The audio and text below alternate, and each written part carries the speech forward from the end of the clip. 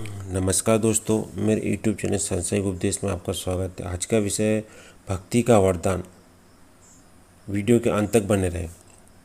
प्रश्न, हे गुरु महाराज, भगवान से क्या मांगना चाहिए? उत्तर, भगवान से भक्ति का वरदान मांगना चाहिए।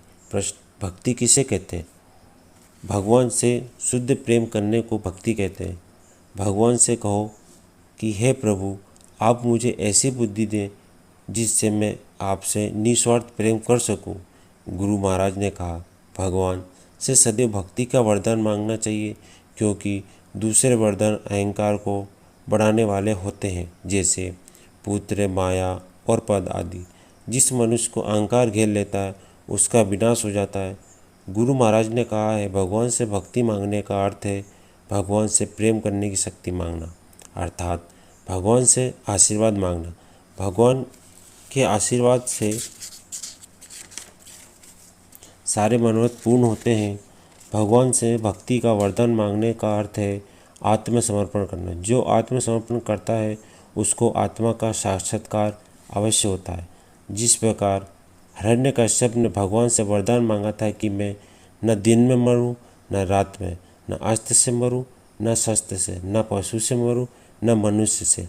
हिरण्यकश्यप के मन में यह बात बैठ गई थी कि मैंने मनुष्य को हर प्रकार से जीत लिया है। क्या अहंकार कभी आत्मा से जीत सकता है? कभी नहीं।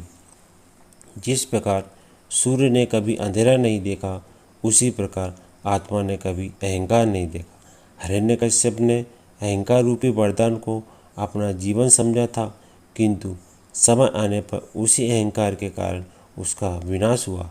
हिरण्यकश्यप वरदान से पहले स्वयं को भगवान नहीं मानता था। जब उसने भगवान से विचित्र वरदान प्राप्त किया, तब से वह स्वयं को भगवान मानने लगा था। हे गुरु महाराज, उसने ऐसा वरदान क्यों मांगा था? क्योंकि उसको मृत्यु से डर लगता था। मनुष्य को मृत्यु से डर क्यों लगता है? क्योंकि वह अज्ञानी है। अज्ञान अपूर्ण होता है, ज्ञान पूर्ण है, पूर्ण की ओर ले जाता है।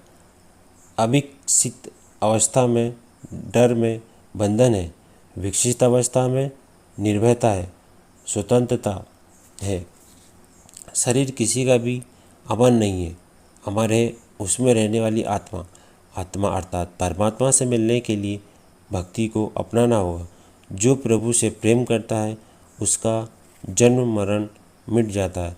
मेरी बात अच्छी लगी हो तो चैनल को लाइक शेयर एंड सब्सक्राइब जरूर करें। नमस्कार।